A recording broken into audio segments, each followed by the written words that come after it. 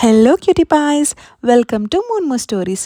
So ఇవాల్టి story ఏంటంటే, ఒక మామి కుక్కకి 6 బుజ్జి కుక్క పిల్లలు ఉంటాయి.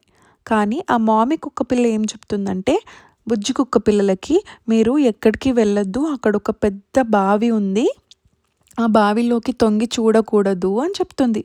అప్పుడు ఆ బుజ్జి కుక్క పిల్లలు సరే మామీ మేము వెళ్ళము అంటాయి.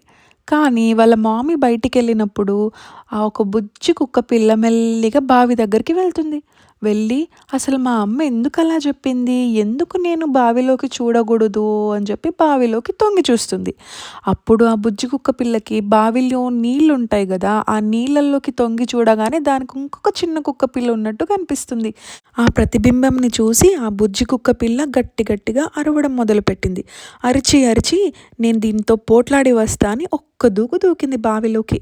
బావిలోకి దూకిన వెంటనే ఆ బుజ్జి కుక్క పిల్లకి దెబ్బలు తగిలాయి. గట్టి గట్టిగా ఏడుస్తూ నన్ను రక్షించండి, నన్ను రక్షించండి అని అరుస్తుంది బావిలో నుండి.